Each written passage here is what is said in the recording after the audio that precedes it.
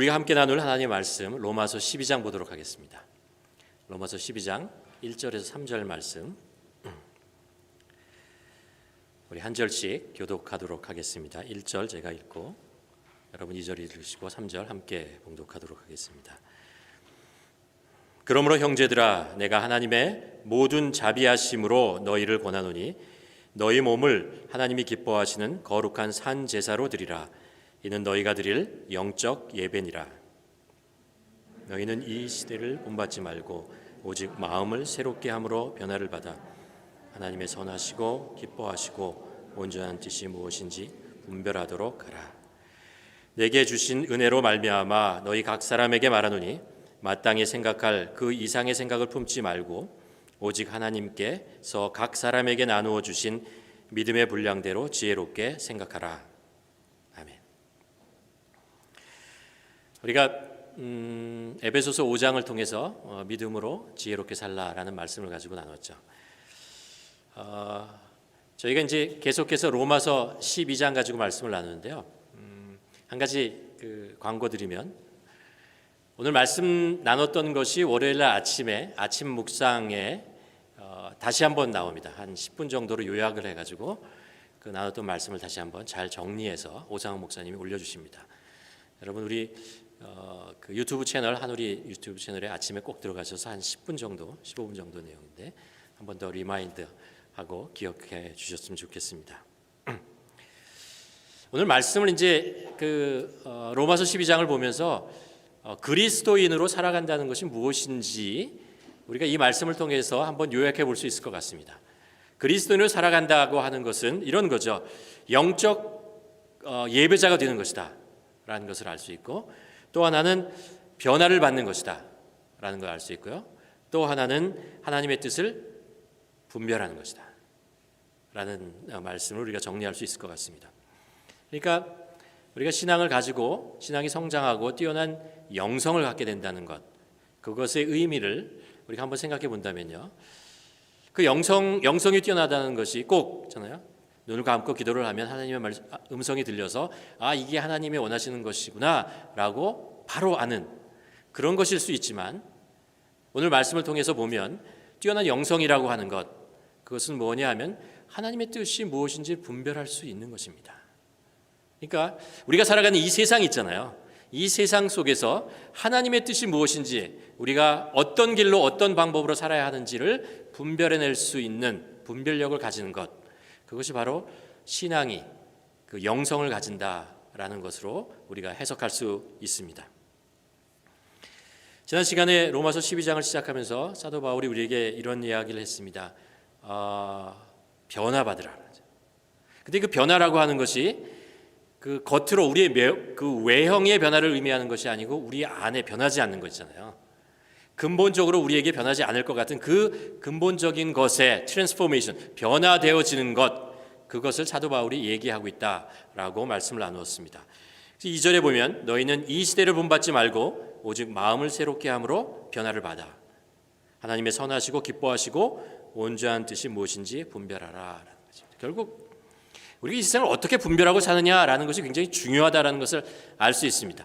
그런데 이 하나님의 뜻이 무엇인지 분별하려면 우리가 우리 안에 내적으로 가지고 있는 무엇인가가 크게 변화해야 된다는 것입니다. 그동안 우리가 가지고 있던 예수 그리스도를 믿기 전에 가지고 있던 어떤 생각, 가지고 있던 어떤 그 근본적인 요소들이 변화되지 않으면 우리는 예수 그리스도를 믿고 나서도 하나님의 뜻이 무엇인지 구별하기 어렵다는 것을 얘기하고 있습니다. 사도 바울이 우리 안에 근본적인 변화에 대한 이야기를 하고 있습니다. 우리는 세 가지 질문을 가지고 이제 로마서 12장을 가지고 이제 쭉 말씀을 크게 나누고 있는데, 하나는 이런 거죠.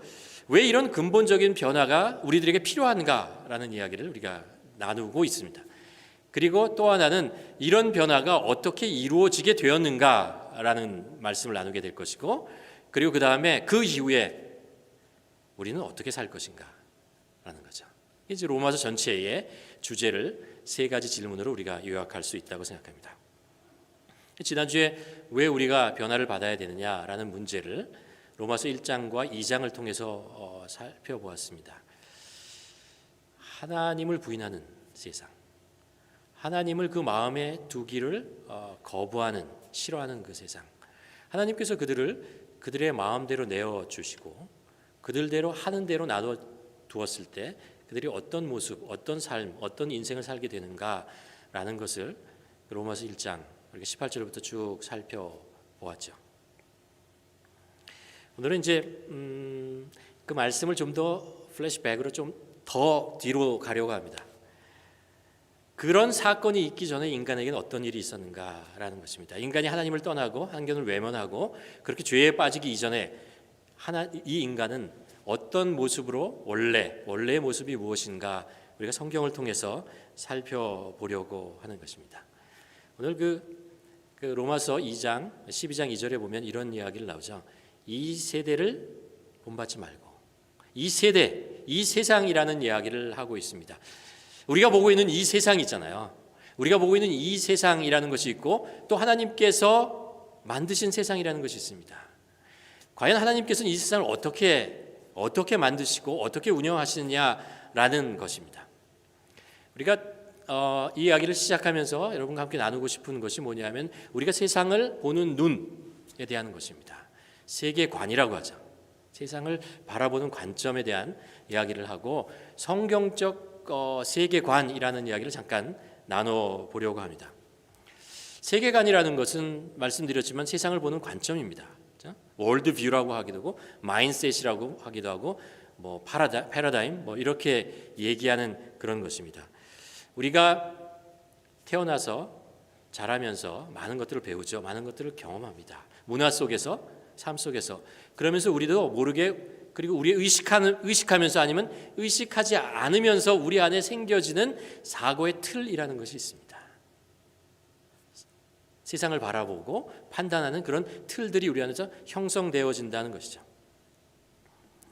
사람들은 마음속에 세상을 바라보는 다 독특한 관점을 가지고 있어요. 개인의 차이가 있고 또 민족의 차이가 있고 세대 간의 차이가 있다는 것을 우리가 알고 있죠. 똑같은 장면을 보고 똑같은 사건을 경험하고 있는데 그것을 이해하고 판단하고 반응하는 것이 다 다르다는 것을 알 수 있습니다. 저희가 이제 주일 예배 때는 많은 분들이 이렇게 참여하시고 또 이렇게 예배를 준비하는데 수요 예배 때는 주로 이제 오상환 목사님과 저하고 이제 준비를 합니다. 그러면 오상환 목사님은 딱 세팅을 하고 제일 먼저 관심을 갖는 게 뭐냐면 소리. 맞죠? 그렇죠? 소리가 제대로 나는가 이런 거. 저는 세팅을 하고 카메라를 쳐다보고 이게 제대로 보이는가. 그게 저한테는 먼저 관심사입니다. 서로 같은 것을 보내서 중요하게 여기는 것이 다른 것을 보죠. 제가 지도를 가져왔는데요. 두 가지 지도가 있는데 두 가지 지도가 차이가 있어요. 첫 번째 지도를 보시면 이런 지도가 있습니다. 그리고 두 번째 지도를 보면 이런 지도가 나옵니다. 첫 번째 지도가 어디 지도죠? 세계 지도예요, 그렇죠? 두 번째 지도는 월드맵입니다. 무슨 얘기냐면 한국말로 세계 지도를 찾으면 첫 번째처럼 나오고요. 영어로 월드맵이라고 치면 두 번째 지도가 훨씬 더 많이 나와요. 첫 번째 지도는 가만 보면 그 중심에 제일 가운데 한국이 있어요. 그렇죠? 두 번째 지도를 보면 제일 가운데 유럽이 있어요. 유럽이 있어요. 왜 그럴까요? 누가 만들었느냐에 따라서 그 자기를 중심에 두고 세상을 바라보는 그런 것을 알 수 있습니다. 중국에는 중화 사상이라는 것이 있습니다. 모든 것이 중국을 중심으로 해서 모여든다라는 중국이 세상의 중심이다. 우리나라는 옛날에 그런 얘기를 했잖아요. 우리나라 북쪽에 있는 민족을 뭐라고 그랬죠? 오랑캐라고 불렀습니다. 로마는요, 로마 북쪽에 있는 민족들을 바베리안, 야만인이라고 불렀어요. 그렇죠? 성경에 보면 유대인은 유대 이외에 있는 사람들을 다 이방인, 그렇죠? 하나님과 관계 없는 사람들 이렇게 불렀습니다. 우리 안에 어떤 관점, 저는 인식체가 세상을 이렇게 보고 파악하는 그런 역할을 한다라는 거죠. 우리도 모르게 사실 그렇게 하고 있다는 것입니다. 그래서 어떤 관점을 가지고 있느냐라는 것이 굉장히 중요합니다. 또 하나 예를 들면 내가 돈이 막 필요해요. 근데 어떤 사람이 툭 나타나가지고 돈을 이렇게 빌려준 거예요. 그럼 사람에 따라서 반응하는 게 다릅니다. 어떤 사람은 이자를 얼마 줘야 되지? 이런 생각을 합니다. 어떤 사람은 저 사람이 왜 나를 도와주는 거야? 무슨 꿍꿍이 속이 있는 거야? 이렇게 생각합니다. 또 어떤 사람은 천사인가 봐. 이렇게 하나님이 천사를 보내서 나를 도와준다 봐. 이렇게 그 안에 어떤 인식 체계를 가지고 있느냐에 따라서 그렇게 서로 다르게 반응한다는 것이죠. 모든 사람이 나름 보는 눈이 있죠. 그것이 다르다라는 것입니다. 그래서 우리는 어떤 문제를 바라볼 때요, 다른 사람의 관점에서 그 문제를 한번 바라봐야 한다는 거예요. 우리는 다 다르게 생각해요. 그러니까 자기의 가지고 있는 그 생각을 훅 밖으로 내보내면요, 다른 사람이 왜 그러지? 아니면 거북해하거나 이상하게 여기는 거예요. 그러니까 컨플릭트가 생길 수 있다는 거죠. 그래서 역지사지라고 그래서 다른 사람의 입장에서 그것을 쳐다보는 그런 것이 필요하다는 이야기를 우리가 하죠. 물론 모든 관점이 다 그렇게 좋은 것은 아니라는 것을 알 수 있습니다. 그렇게 이런 거 있잖아요. 삐딱하게 본다는 거 있잖아요. 삐딱하게 세상을 다뤄보고 세상에 일어나는 모든 사건을 음모론 뭐 이렇게 바라보는 것이 있습니다. 우리나라 역사에도 있잖아요. 정사가 있고 야사라는 것이 있습니다. 어떤 사람은 정사가 정석이고 어떤 사람은 야사가 진정한 역사를 표현하고 있다. 뭐 이렇게 얘기하기도 합니다. 그래서 올바른 관점을 갖는다는 것이 올바로 분별할 수 있는 그런 체계를 만들어 주는 거죠. 성경에 보면 좀 이상한 얘기 나와요. 무슨 얘기 나오면 사울 왕이 다윗을 쳐다보는 관점이 나와요. 다윗이 이제 사울 왕에 의해서 채택을 돼서 군대 장관이 되잖아요. 그러니까 전쟁에 나가서 승리하고 돌아옵니다. 그러니까 그 승리하는 모습을 보고 많은 이스라엘의 여인들이 시를 지어서 노래를 하죠. 그러면서 다윗을 찬양합니다. 사울이 죽은 적은 천천히요, 다윗이 죽인 적은 만만이다. 그러니까 사울 왕이요, 그것을 삐딱하게 봅니다. 저러다가 왕권을 내가 쟤한테 뺏기겠다. 그리고 다윗을 미워하고 나중에 죽이려고 하죠. 그렇죠? 성경에 보면 바나바라는 사람이 나옵니다. 바나바 초대교회 그 지도자였잖아요. 바나바가 회심한 바울 있잖아요. 회심한 바울이 예루살렘으로 오자 많은 사람들이 그를 무서워해서 피했어요. 저거 진짜 아니야. 언제 우리들에게 등에서 칼을 꼽을지 몰라. 뭐 이런 생각을 하고 있을 때 바나바는 회심한 바울을 받아들여. 그리고 그가 진정으로 화심했다는 것을 믿어줍니다. 그렇죠? 무엇이 있었길래 바나바는 그렇게 많은 사람들이 의심하고 있는 다윗을 받아들이냐는 이야기예요. 그것은 바나바가 가지고 있는 그 내적인 어떤 그를 세상을 바라보는 관점, 다른 관점을 가지고 있었기 때문에 복음이 사람들을 변화시키고 그리고 살린다라는 것을 그 마음속에 가지고 있었기 때문에 그런 거죠. 관점이 중요한 이유는 그것이 어떤 세상을 이해하는 것뿐만 아니라 분별하고 판단하고 그것을 행동하게 하는 거예요. 어떤 사람이 무슨 이야기를 했으면요, 그게 그냥 나오는 거 아니에요. 어떤 사람이 어떤 상황 속에서 그 행동을 했을 때는요, 그 안에 깊숙이 오랫동안 형성되어 있던 그 체계가 있다는 것, 그런 이야기죠. 그래서 우리가 어떤 체계를 가져야 되느냐라는 거죠. 성경적 세계관을 가져야 된다. 우리가 가정에 대한 이야기를 이제 이번 주부터 이제 하게 되는데요. 가정이라는 것도 많은 사람들이 여러 가지 다른 관점으로 가정을 정의하고 가정을 꾸려나가려고 합니다. 다 그렇습니다. 그러나 우리가 이 세미나를 통해서 보고 싶은 것은 뭐냐면 성경적 가정입니다. 성경에서는 가정을 어떻게 얘기하고 있는가? 우리가 가정을 꾸민다면 그 가정은 성경에 근거를 해서 꾸며야 되지 않겠느냐라는 거죠. 우리가 세상을 바라본다면 그 관점이 세상 사람들마다 다 시대마다 민족마다 다 다르다면 우리는 세상을 바라보는 그 관점은 성경적이어야 된다. 성경이 도대체 뭐라고 얘기하고 있느냐, 세상에 대해서 뭐라고 얘기하느냐를 우리가 알고 있어야 한다라는 것입니다. 이런 이야기를 할 수 있습니다. 성경적 세계관이 있느냐 하면 세속적 세계관이 있다는 것을 알 수 있습니다. 그리고 좀 더 가면은 샤머니즘 세계관을 가지고 있다는 것을 알 수 있습니다. 예를 들어 어떤 내 자식이 병이 났어. 내가 사랑하는 자식이 병이 들었어요. 그러면 이 세계관에 따라서 사람들이 움직이는 게 반응하는 게 달라요. 어떤 사람은 이렇게 얘기를 하겠죠. 일단 내 사랑하는 아들이 아프면요 무당을 찾아가야 돼. 이렇게 생각할 수 있어요. 용한 점쟁이를 찾아가야 돼. 이렇게 생각할 수도 있습니다. 어떤 사람은 통장을 확인합니다. 내가 돈이 얼마 있는 거야. 그리고 나서 아는 의사들을 이렇게 수소문해가지고 그 의사들을 어떻게 하든지 그 아들을 데려가려고 할 것입니다. 어떤 사람은 하나님 앞에 기도를 할 것입니다. 그리고 나서 하나님 제가 어떻게 해야 됩니까? 라는 질문을 하고 그 다음에 행동을 하게 되겠죠. 왜 세 사람이 같은 상황 속에서 다른 행동을 하게 될까요? 서로의 세계관이 다른 거예요.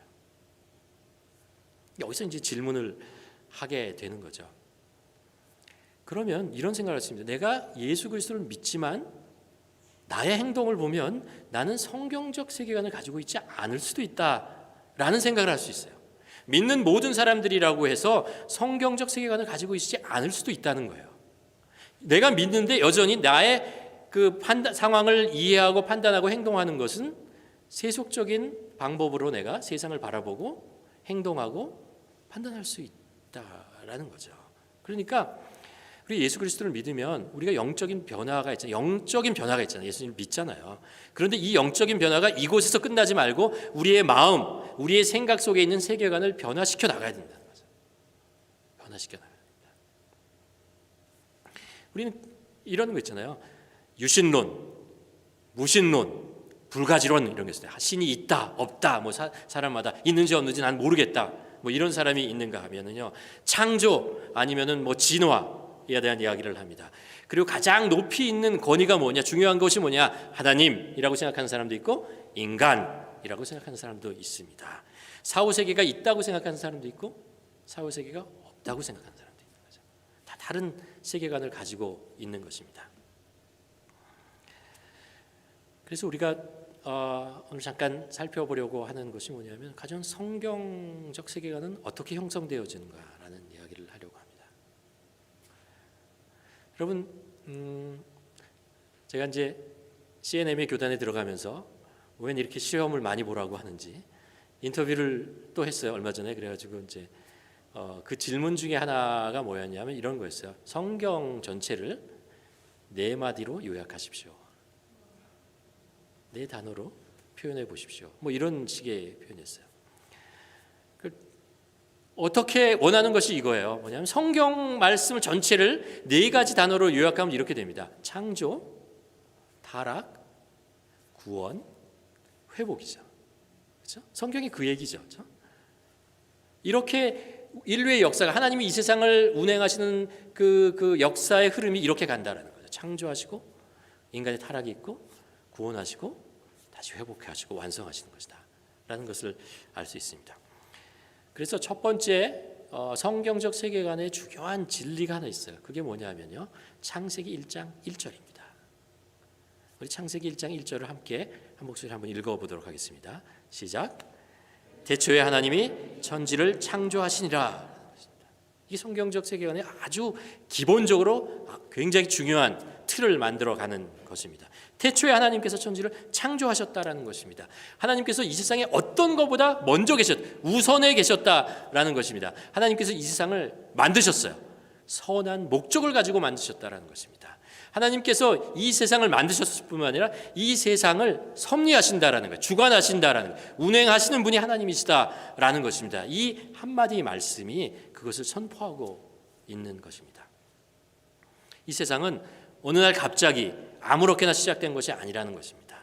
그리고 아무 목적 없이 무작위로 그렇게 운영되는 것이 아니라는 것입니다. 또 하나님은 이 세상을 만드시고 그래 네 마음대로 그냥 돌아가라고 내버려 두시는 분이 아니라는 거예요. 그렇지 않다는 것입니다. 우리는 이제 창세기부터 5개의 성경을 모세오경이라고 하죠. 모세가 이 성경을 집필하는 데 지대한 영향을 준 모세입니다. 그러니까 이스라엘 백성들이 400년 동안 이집트의 노예로 살았습니다. 그렇죠? 그들의 마음속에는 이집트를 지배하고 있는 왕이 있었습니다. 바로라고 하죠. 그렇죠? 바로는 태양신의 아들이라고 믿었습니다. 그러니까 태양신이 있고 그리고 바로가 태양신의 아들로서 우리를 그 땅을 지배하는 이집트를 지배한다라는 생각을 했어요. 그 속에서 태어나고 생활하고 자라왔던 사람들이었습니다. 그들이 이집트로부터 모세를 통해서 해방되었다라는 이야기는요, 그들이 그곳으로부터 나왔다는 거죠. 더 이상 이집트에 살지 않는다는 것입니다. 그렇죠? 그리고 그들이 어디로 옮겨지냐면 광야라는 곳으로 옮겨집니다. 그 속에서 생활하죠. 모세는 이들을 단순히 어떤 지역적으로 이들을 해방시키고 어떤 그들을 육체적으로 구속하고 있는 것으로부터 해방시켜지는 것으로서 이들이 해방되지 않는다는 것을 알았어요.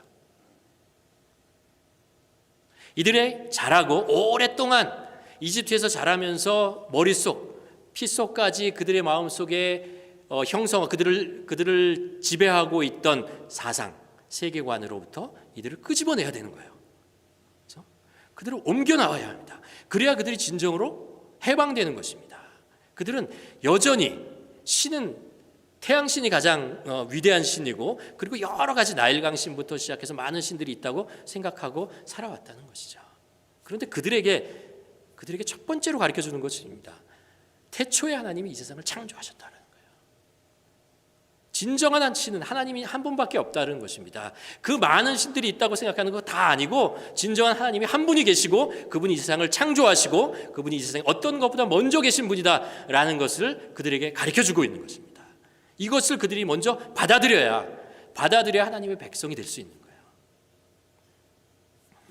이집트의 세계관이라는 것으로부터 끄집어내서 하나님 중심의 세계관으로 이들을 바꿔가는 그런 노력을 하고 있다는 거예요. 그렇게 하고 있다는 것을 우리는 알 수 있습니다.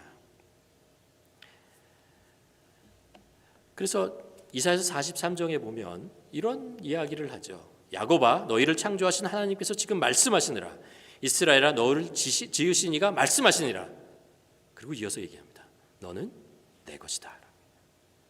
이 창세기 1장 1절 말씀이 가지고 있는 영적인 의미에 이게 있는 것이죠. 하나님께서 태초에 이 세상을 창조하셨다라는 말 속에서는 뭐냐면은 너희들은 내 것이다 라는 거예요. 그렇기 때문에 내가 너희를 보호하고 지켜주고 하나님의 뜻에 따라 나의 뜻대로 너희들이 정의롭게 공의롭게 사랑 안에서 살기를 원한다라는 것이. 왜요? 너희는 내 것이니까. 내가 너희를 낳았으니까 라고 말씀하고 있는 것입니다. 하나님의 온 우주의 창조이시고 그분이 이스라엘의 왕이시고 주인이시고 그들은 하나님의 백성이시다. 우리는 하나님의 자녀다 라는 이야기를 하고 있는 것입니다. 현대의 교육과 세속적 사회의 영향을 받고 살아온 우리들은 알게 모르게 진화론적 세계관을 가지고 있습니다. 예를 들면 우리가 얼마나 진화라는 단어를 흔하게 사용하고 있냐면요. 예를 들어서 어떤 그 가수가 있어요. 가수가 이제 노래를 막 하다가 신이 노래를 하다가 한 1년 2년 지나고 나서 어느 날 새로운 노래를 냈는데 잘해요. 새로운 그동안 보지 못했던 면을 막 보여주고 정말 잘해요. 그러면 뭐라고 표현하냐면 뭐라고죠? 진화했어요 라고 표현을 해요. 가수가 뭐가 됐길래 진화한 거죠? 가수가 가수인데 실력이 늘은 것인데 우리는 그것을 진화했다라고 표현을 하는 것입니다. 인간은 어디에서부터 시작되었고 인간은 누구인가라는 것이 더 이상 우리의 신학적인 아니면 철학적인 담론이 아니고 우리 어떤 과학적인 주제로만 우리가 생각을 합니다. 그래서 우주가 처음 시작했다고 믿는 빅뱅, 그것을 어떻게 증명할 수 있는가? 인간이 진화했다고 하는데, 사람이 진화를 했는데 그 진화의 증거를 우리가 어디에서 찾는가? 이런 것에만 관심을 가지게 되는 것이죠. 사람이 창조를 어떻게 생각하든, 과학적으로 창조를 어떻게 반박하든, 어떤 또 다른 이론으로 우주의 시작을 설명하던 성경은 하나님께서 이 세상을 시작하였고 하나님께서 이 세상을 지혜로 만드셨고 하나님께서 이 세상을 운행하시는 주인이시다라는 것을 변하지 않고 선포하시는 것입니다. 어떤 인간, 어떤 나라, 어떤 민족, 어떤 기술도 주인이 아니라는 거예요. 왕이 아니라는 거예요. 오직 하나님만이 하나님이 유일하신 이 모든 창조의 주인이시다라는 것, 바로 그것이 창세기 1장 1절에서 우리에게 가르쳐 주는 것이고 우리가 이것을 마음속에 가져야 되는 거죠. 우리가 성경을 이렇게 가만 보면요, 성경의 이야기들은 성경의 모든 이야기들이 쓰여진 배경에 그곳에서는 다 유일신 하나님을 믿는 그런 사회라고 생각한 것 같지만 그렇지 않아요. 오히려 유일신 하나님을 믿는 사람들은 성경이 쓰여질 당시에 많은 배경 속에 거의 없었어요. 아브라함의 고향인 갈대아 우르에, 그렇죠? 그것도 그렇고 아브라함이 가나안으로 왔을 때 가나안 땅에서도 그랬습니다. 요셉이 이집트에 갔을 때 이집트에서도 그랬고요. 그리고 다시 여호수아를 통해서 가나안 땅으로 돌아왔을 때도 마찬가지입니다. 그들이 다니엘이 바벨론으로 끌려갔을 때 그 바벨론이라는 땅에서도 그랬습니다. 바울이 복음을 들고 찾아갔던 그 모든 곳, 아데네, 소아시아, 이 모든 땅에 하나님, 유일하신 하나님에 대한 생각은 낯선 것이었습니다. 그들은 그것을 이해하지 못했고 그들은 다 다른 세계관 속에 살고 있었습니다. 우리도 어쩌면 마찬가지입니다. 우리도 지금 유일하신 하나님께서 이 세상을 창조하시고 주인이라고 얘기를 하면 사람들이 어색해합니다. 이상해합니다. 무슨 얘기를 하고 있는 거야? 라고 얘기를 하죠. 그러나 성경은 일관되게 우리에게 얘기합니다. 어느 시대, 어떤 상황에 있었던 다 마찬가지입니다. 하나님께서 이 세상을 창조하시고 운행하시는 주인이시다. 이것이 우리가 가지고 있는 세계관의 가장 중요한 근간이 되는 것입니다. 두 번째로 성경 세계관을 만드는 두 번째 이야기는 인간은 누구인가라는 거예요. 창세기 1장 27절에 보면 이렇게 설명합니다. 함께 이 말씀도 같이 봉독하겠습니다. 시작.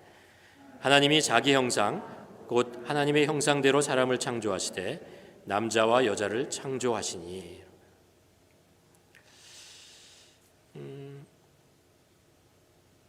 여러분, 인간 누구입니까? 라고 질문하면 그리스도인들에게 이렇게 설명할 수 있죠. 인간은 죄인이다.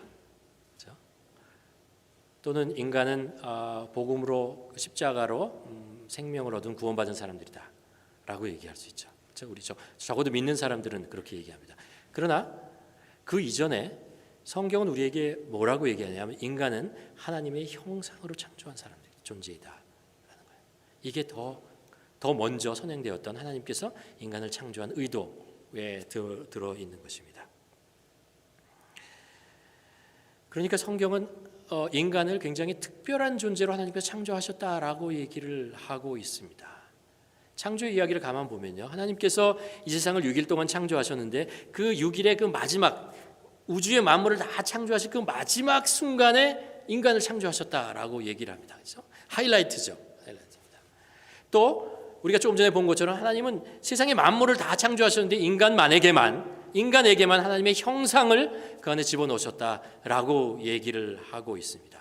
그리고 또 성경은 하나님께서 이 세상을 많은 천지를 창조하셨는데 인간에게 이 세상을 다스리라라는 위임권을 주셨다라고 얘기를 하고 있습니다. 그 책임을 우리에게 주셨다라고 얘기를 합니다. 하나님께서는 인간을 창조하실 때 특별한 의미를 가지고 특별한 목적을 가지고 우리들을 창조하셨다라는 것을 알 수 있고, 그 중에 중요한 것이 뭐냐면 하나님의 형상, 하나님의 이미지가 들어있다라는 것입니다. 창세기 2장 7절에 보면 또 이렇게 얘기합니다. 여호와 하나님이 땅의 흙으로 사람을 지으시고 생기를 그 후에 그 코에 넣으심으로 사람이 생명이 되었다. 인간은 하나님께서 만드셨을 때 뭐라고 하냐? 우리 육체적인 존재이지만 또 하나 영적인 존재다라는 것입니다. 우리는 유일하게 육체적이면서 영적인 존재로 하나님께서 만들으셨다는 것입니다. 그 의미는 우리가 영이신 하나님과 소통할 수 있는, 교제할 수 있는 그 특권, 그 능력을 가지고 있다라는 것이죠. 우리가 여러 가지 언어 속에서 바이링구얼이라는 것이 있는데, 제가 파라과이 선교를 갔을 때 아주 당황스러운 적이 있습니다. 뭐냐면 이 파라과이는 한국말도 안 통하고 영어도 안 통해요. 이 답답함, 사람들과 교제하고 얘기를 하고 싶은데 얘기할 수 없는 이 답답함, 이런 거죠. 우리가 육체적으로 아프면, 병이 나면요, 그렇죠? 이게 우리에게 고통을 줍니다. 우리가 영적으로 병이 나면요, 이게 우리에게 고통을 주는데 어떤 고통이냐면 하나님과 소통을 못해요.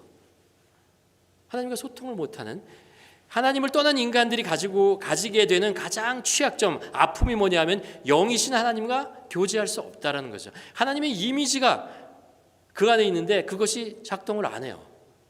하나님의 이미지가 퇴색되어졌기 때문에, 망가졌기 때문에 그런 거죠. 하나님의 이미지, 하나님의 형상으로 창조되었다는 것은 하나님의 능력이 우리 안에 들어왔다는 것입니다. 창조의 능력, 새로운 것들, 지성, 이런 것이죠. 또 하나님의 성품이 우리에게 들어왔다는 것입니다. 사랑, 그리고 의로움, 거룩함, 긍휼한 마음, 이런 것들이 인간들에게 하나님께서 주셨다. 우리가 그것을 가지고 있다는 것입니다.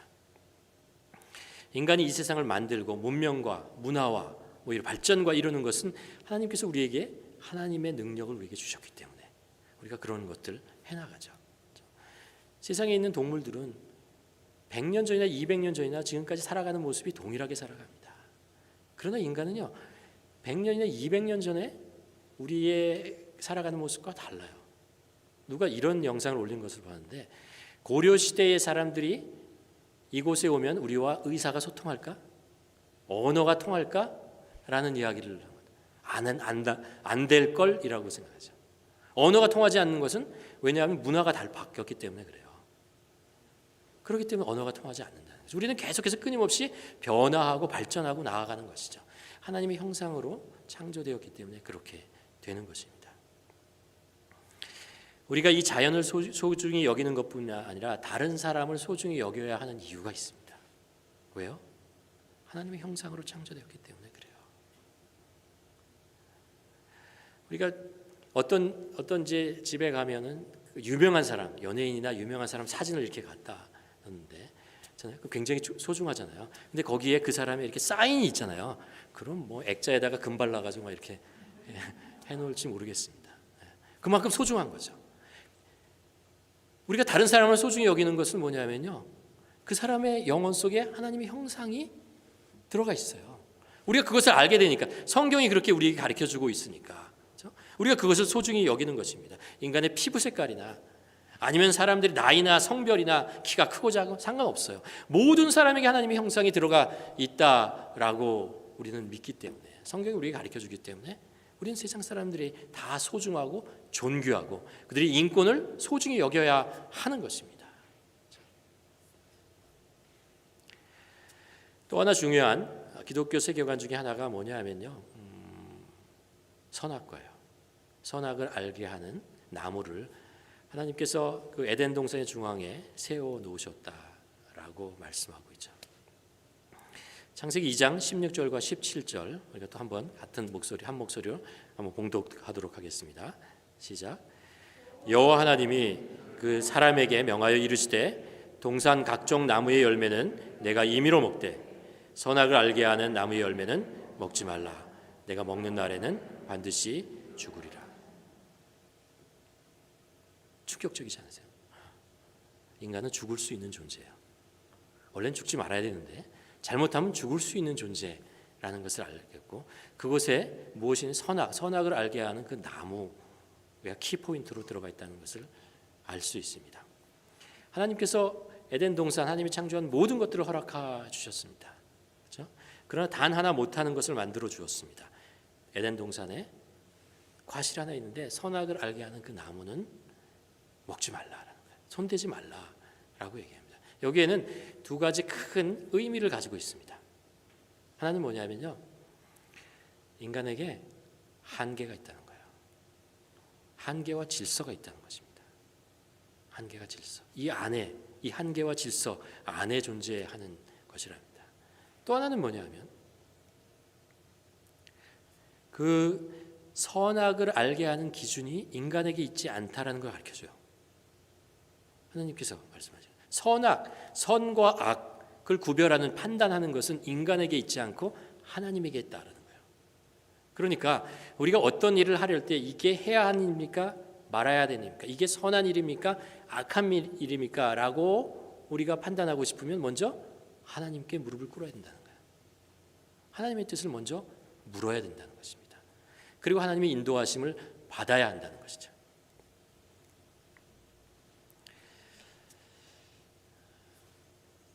만일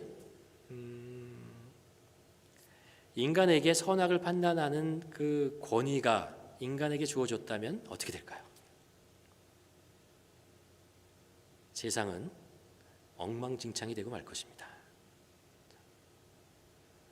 감사한 것은 하나님께서 저에게 여러분을 판단할 수 있는 능력을 주시지 않았다는 거예요. 권위를 주시지 않았다는 거예요. 제가 여러분을 만일 판단한다고 생각을 하면 해보십시오. 여러분의 삶이 엉망이 되고 말 것입니다. 제가 얼마나 주관적인 사람이에요. 아무리 객관적이라고 생각을 해도 나 중심적으로 지도를 그리라고 하면 나를 가장 중요한 곳에 갖다 놓고 그리는 사람 아니겠습니까? 또 피조물인 인간이 하나님의 권위 위에 있는다면 어떻게 되겠습니까? 그것은 어떻게 되는 거냐면 이렇게 되는 거예요. 모든 사람을 내 권위 밑으로 두는 거예요.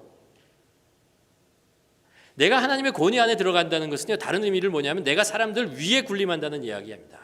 나를 가장 높은 곳에 두고 사람들을 다 아래로 쳐다보면서 통치하고 지배하고 그렇게 된다는 것입니다. 그럴 때 인간의 모습이 어떻게 되겠는가 하는 거예요. 죽을 것이다 라고 하죠.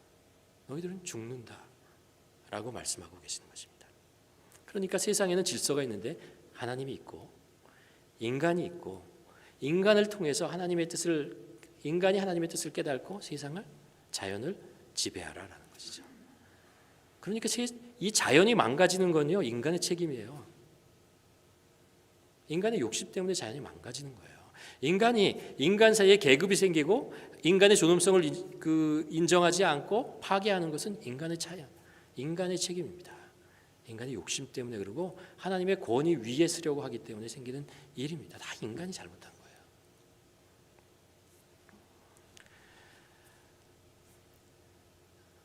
여러분, 우리는 세상을 바라보는 다양한 방법이 있습니다. 우리가 일터를 가서 직장에서 일하면서 삶의 터전 속에서 우리가 세상을 바라보면서 세상을 이해할 수 있습니다. 가정에서 가족들과 생활하면서도 알 수 있고요. 우리가 그 모니터를 통해서 신문을 통해서 뉴스를 통해서도 우리는 세상을 바라볼 수 있습니다. 우리는 한국 사람 입장에서 세상을 바라볼 수도 있고, 그렇죠? 그리고 캐네디언이라는 입장에서 세상을 바라볼 수도 있어요. 우리 코리안 캐네디언이니까. 우리는 다양한 방법으로 세상을 바라볼 수 있지만 우리가 진정으로 세상을 바라보는 세계관, 세상을 바라보는 관점은요 딱 한 가지밖에 없어야 한다는 겁니다. 뭐예요? 천국 시민으로 세상을 바라봐야 한다는 거예요. 구원받은 하나님의 백성이라는 그 관점에서 세상을 바라봐야 된다는 것입니다. 성경이 하나님의 말씀이고 하나님께서 말씀하시는 그 관점을 가지고 그 체계를 가지고 세상을 바라봐야 한다는 것입니다. 만약 우리가 예수 그리스도를 믿고 하나님의 백성이라고 하면서도 여전히 세속적인 관점이나 샤머니즘인 관점이나 아니면 나 중심적인 관점으로 세상을 바라보면 나는 그리스도인인가? 라는 질문을 해볼 필요가 있는 겁니다. 그래서 사도 바울이 얘기하는 게 이것이죠. 너희가 변화를 받으라는 거예요. 그 변화라고 하는 것은 우리의 내적인 영적 예수 그리스도를 통한 우리 영적인 내적인 하나님의 자녀가 되는 신분의 변화도 포함됩니다. 그러나 그 변화가 왔다면 우리가 세상을 바라보는 눈도 변해야 된다라고 얘기하는 것입니다. 마치 거지였던 어떤 아이가 왕에 의해서 그 왕자로 양자로 받아들여졌으면은 이제 그 왕자는 말이죠. 왕자의 입장에서 세상을 바라봐야 된다는 거예요. 왕자의 입장으로서 왕의 아들로 입장으로 세상을 바라봐야 하는 것입니다. 그러기 위해서 우리 마음 속에 우리의 그 생각 속에 분명히 가져야 되는 것이 그것입니다. 이 세상의 주인이 누구라고요? 하나님이세요. 인간이 아니라는 거예요. 어떤 기술도 아니고 인간은 하나님께서 어떤 목적을 가지고 만드셨다. 두 번째는 뭐죠? 인간에 대한 이야기입니다. 우리는 하나님의 형상으로 지음받은 존재입니다. 물론 우리가 살아가는 이 세상을 보면 하나님께서 원래 창조하셨던 그 모습과 다르다는 것을 알 수 있어요. 이 세상에 대한 모습도 그렇고 인간의 모습도 그렇습니다. 선악이라는 것도 마찬가지입니다. 이 세상의 주인은 하나님이 아니라고 얘기합니다. 인간이 주인이라고 얘기를 하고 있죠. 그리고 선악의 기준도 절대적인 선악은 없고 다 상대적인 것이다 라는 것입니다. 그렇게 얘기를 하는 거죠. 왜 그럴까요? 하나님을 떠나서 그래요. 그들의 생각 속에 인간이 제일 먼저 있고 하나님은 없습니다.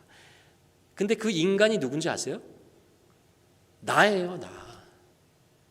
내가 세상에 가장 권위 있는 자가 서 있는 것이고 그 밑에 다른 인간들이 있는 것이고 그 밑에 자연과 이 모든 것이 있다고 생각하는 그런 생각으로 가지고 있는 것입니다. 우리는 그렇게 생각하지 않아요.